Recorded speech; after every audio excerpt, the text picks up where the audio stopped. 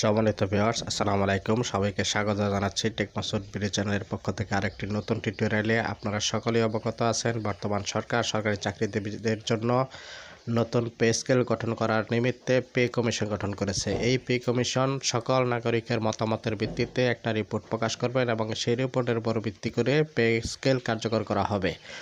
তো এই বিষয়ে আপনারা কিভাবে মতামত পেশ করবেন, তার জন্য সরকার কর্তৃক একটা অনলাইন পোর্টাল চালু করা হয়েছে।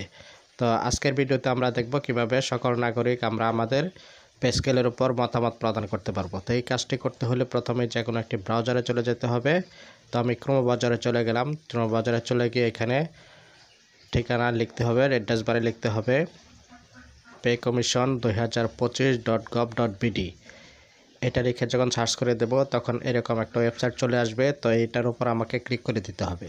তো এটার উপর যখন ক্লিক করে দিব তখন এরকম একটা তাদের পোর্টালে নিয়ে যাবে। এখানে দেখেন 4 ধরনের ক্যাটাগরি আছে: সাধারণ নাগরিক, সরকারি চাকরিজীবী, সরকারি প্রতিষ্ঠান এবং অ্যাসোসিয়েশন কিংবা সমিতি।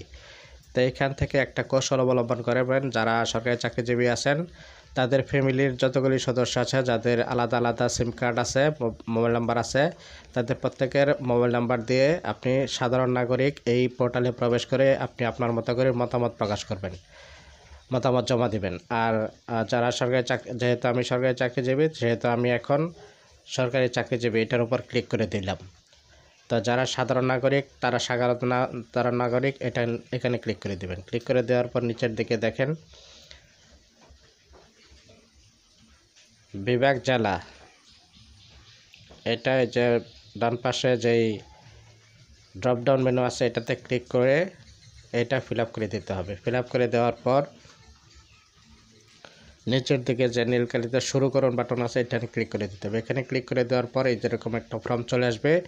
তো এখান থেকে এই ফর্মটা আপনাকে ফিল আপ করে দিতে হবে। এখানে আপনারা সকলেই যেই লেখাগুলি আছে আপনি যেটা লিখবেন সেটা অবশ্যই ইংরেজিতে লিখতে হবে।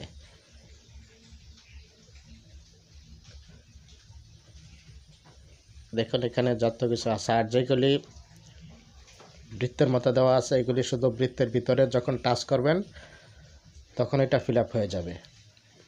তো আপনারা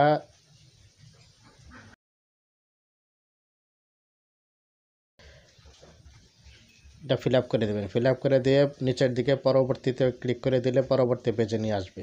দেখুন পরবর্তী পেজে নিয়ে আসলে এরকম অপশনগুলি দেখতে পারবেন। এই অপশনগুলিতে ক্লিক করে করে আপনি ফিল আপ করে দিবেন। তারপরে যখন পরবর্তীতে ক্লিক করে দিবেন তখন আরেকটা পেজ চলে আসবে।